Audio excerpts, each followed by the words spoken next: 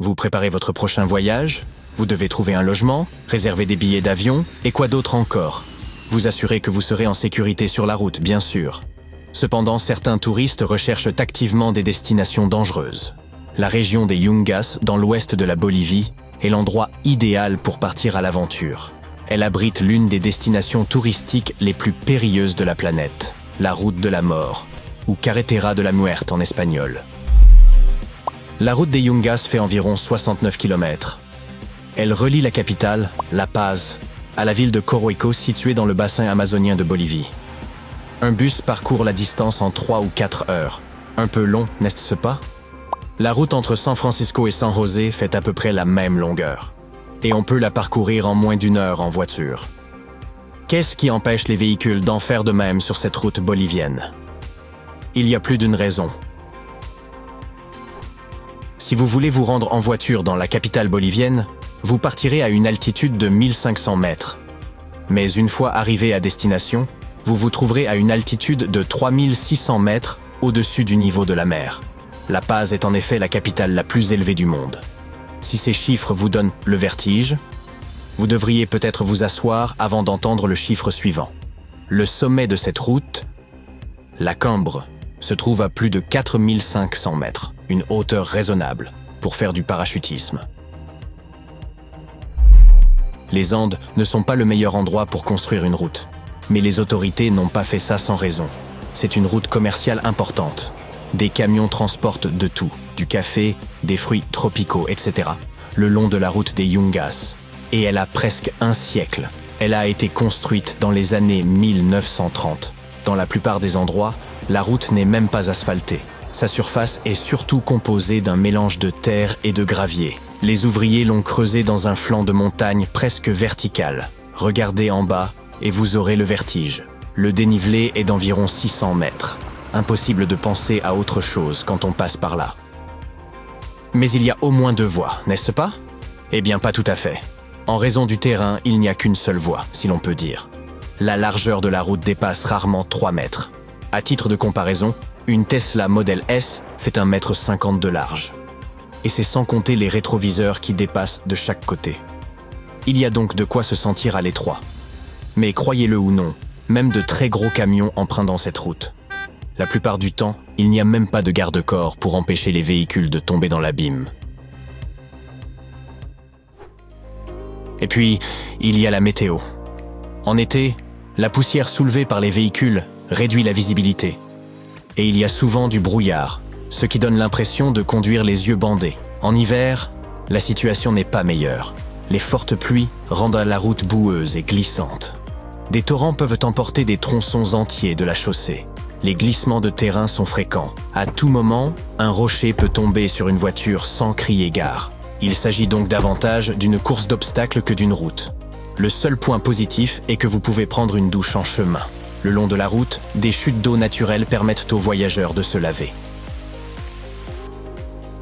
Jusqu'en 2006, cette route de montagne était le seul moyen de rejoindre la capitale depuis la région des Yungas. C'est pourquoi les bus et les camions de toute taille devaient se serrer au bord de ces falaises. Malheureusement, certains d'entre eux ne sont jamais arrivés à destination. En moyenne, 26 véhicules tombent dans le vide chaque année. Le coût total en vies humaines, 200 à 300 personnes perdent la vie tous les ans sur la route des Yungas. C'est vraiment triste. Les autorités boliviennes étaient déterminées à faire bouger les choses. Mais il leur a fallu 20 ans pour construire une autre route.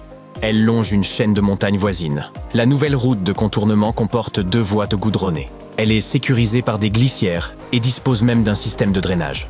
Cela a permis de réduire la circulation sur l'ancienne route, qui était trop dangereuse.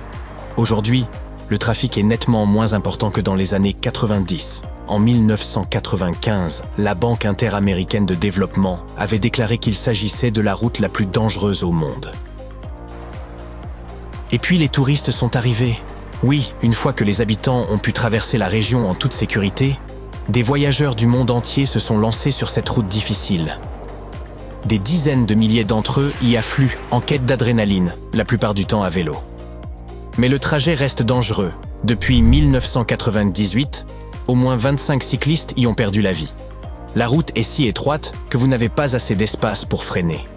Des monuments commémoratifs sont érigés tout au long de la chaussée à la mémoire de ceux qui ont péri à bicyclette.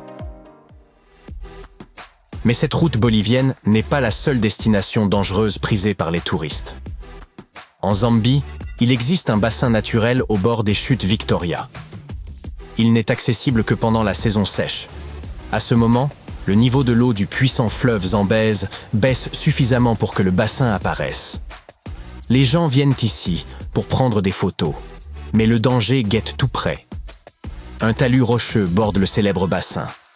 Si un nageur imprudent le franchit, la chute est immense, plus de 100 mètres. Le danger est donc bien réel. Les touristes oublient souvent qu'ils se trouvent au bord d'un fleuve puissant. Plus de 400 000 litres d'eau se déversent des chutes Victoria à chaque minute. L'absence totale d'eau peut également être dangereuse. C'est précisément le cas dans la vallée de la mort, en Californie. C'est l'endroit le plus chaud de la planète. Les températures y atteignent 54 degrés Celsius. Mais les touristes sont attirés par ces conditions extrêmes. Rien qu'en 2022, plus d'1 million de personnes ont visité la région. Les randonnées dans ce paysage désertique sont très dangereuses. Même la conduite automobile peut coûter la vie à certaines personnes. Si votre voiture tombe en panne, la chaleur ne tardera pas à vous rattraper. La déshydratation et les coups de chaleur sont des dangers réels. Et comme si cela ne suffisait pas, il y a les serpents à sonnette. Cette espèce de serpents vivent dans le désert de Mojave. En Europe, l'Irlande est une destination de voyage très prisée. En 2019, 19 millions de personnes ont visité l'île d'Émeraude. C'est près de 4 fois la population du pays. Les touristes explorent d'abord Dublin, mais ils veulent ensuite voir la campagne. Et la plus grande attraction est aussi dangereuse que magnifique. Les falaises de Moher. Elles se dressent sur la côte ouest escarpée de l'île. Les visiteurs qui tentent de s'approcher de leur bord pour prendre une belle photo risquent leur vie. Le dénivelé est de 215 mètres. Un seul faux pas, et c'est comme si vous tombiez de la grande pyramide de Gizeh.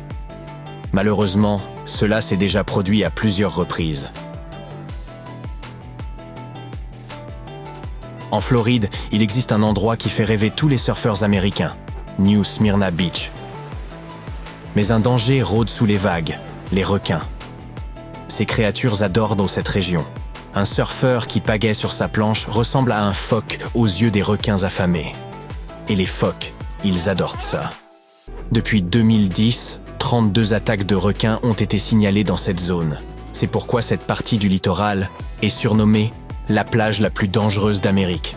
Ce n'est certainement pas la destination idéale pour l'été. Peut-être vaut-il mieux aller à Hawaï, ou pas. Cet atoll comporte ses propres dangers. Les îles hawaïennes ont été formées par l'activité volcanique. Ces volcans attirent les touristes du monde entier. Mais ce n'est pas la lave qui s'écoule lentement qui est dangereuse. Ce sont les gaz toxiques. Vous avez déjà entendu parler du Vogue? Non, je ne parle pas du magazine de mode. Il s'agit du smog volcanique. Un mélange de cendres et de dioxyde de soufre. C'est le gaz toxique que vous respirez lorsque vous allumez une allumette. Et lorsque la coulée de lave touche l'eau salée de l'océan, vous obtenez de la brume de lave.